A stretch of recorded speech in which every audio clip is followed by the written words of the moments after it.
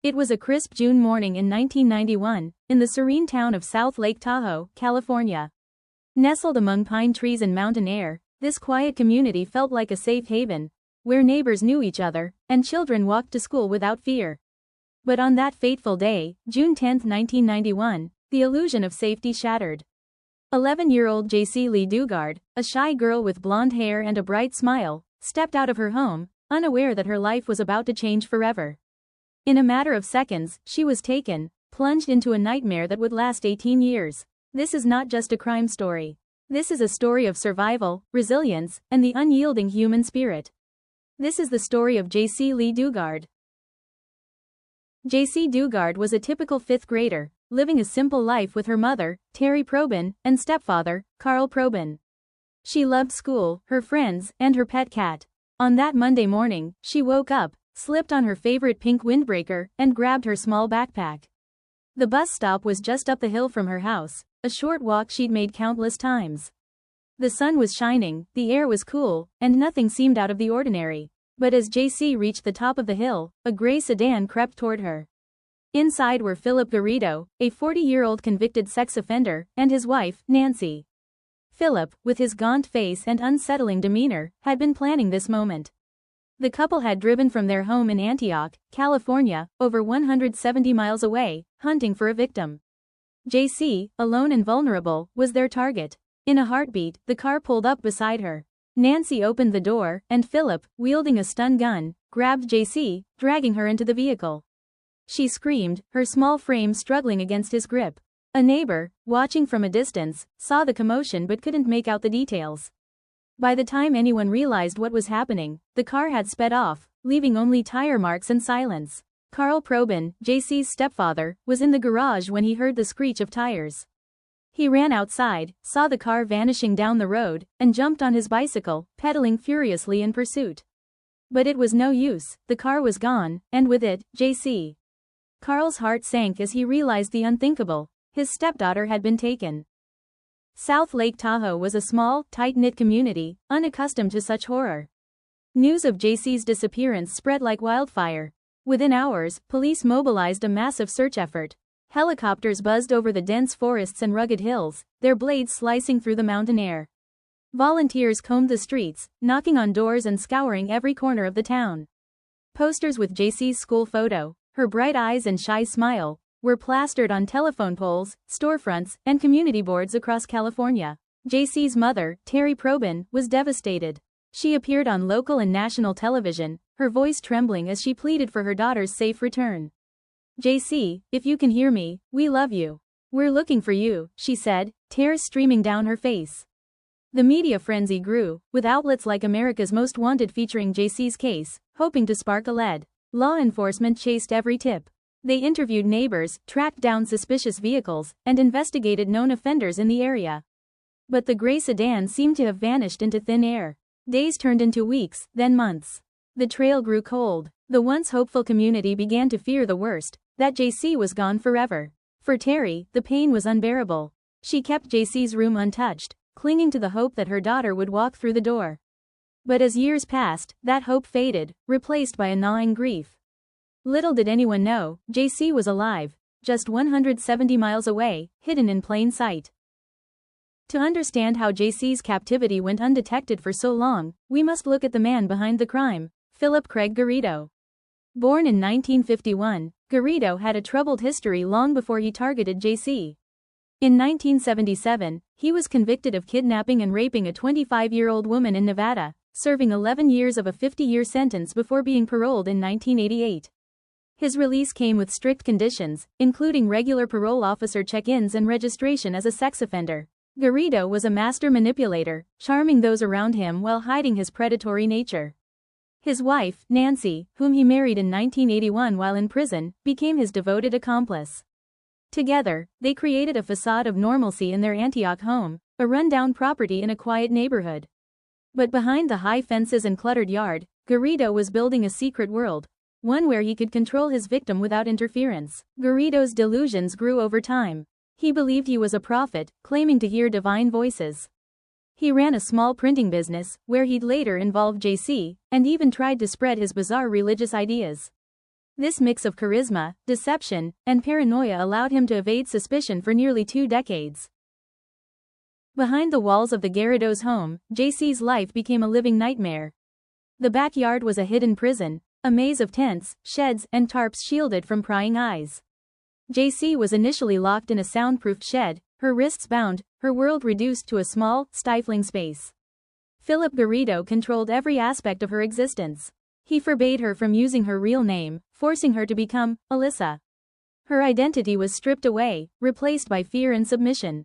Garrido's abuse was relentless, physical, emotional, and psychological.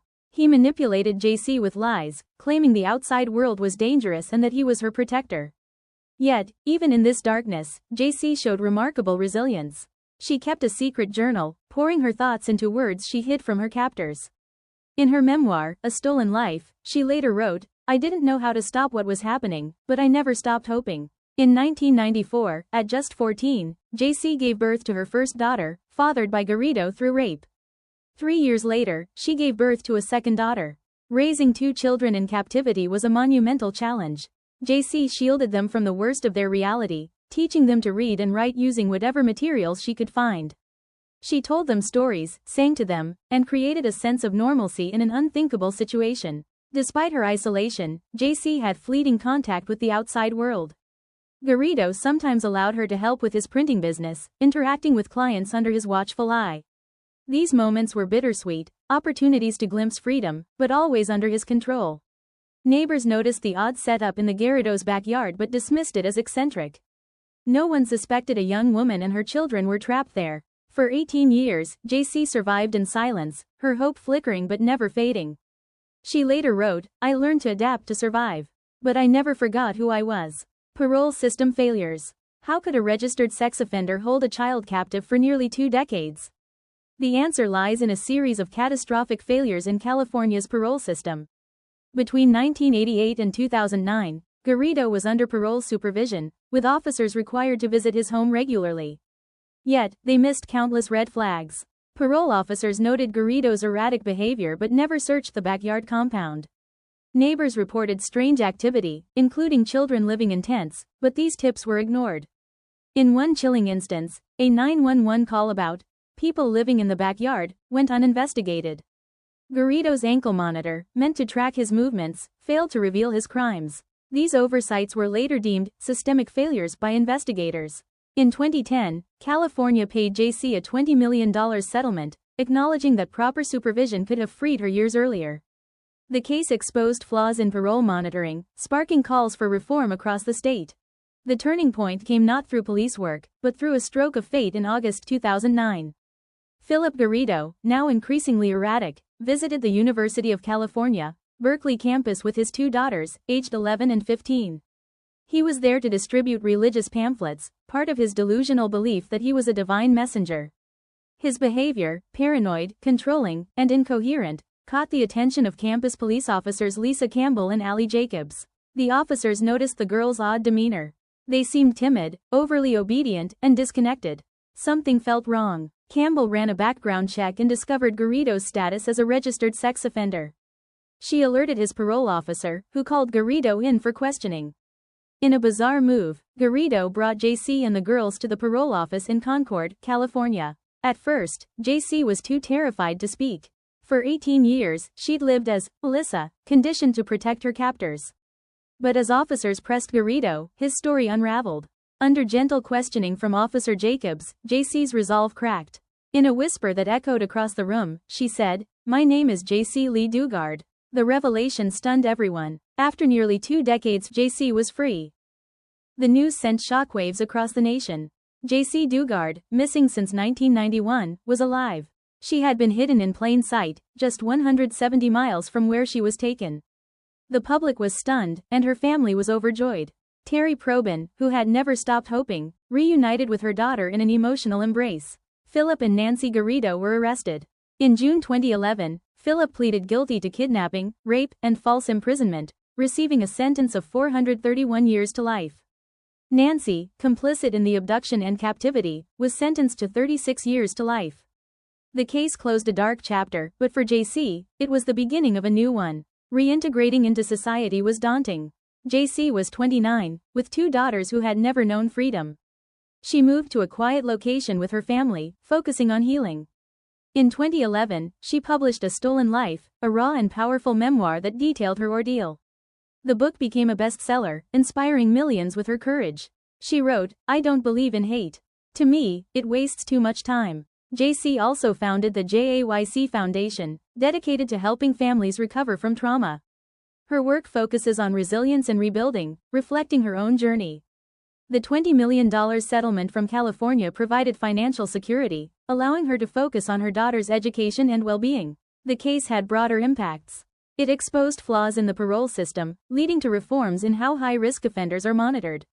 It also raised awareness about long-term abductions, showing that missing people can still be found, even after years. JC DeGarde's story is one of unimaginable pain, but also of extraordinary survival.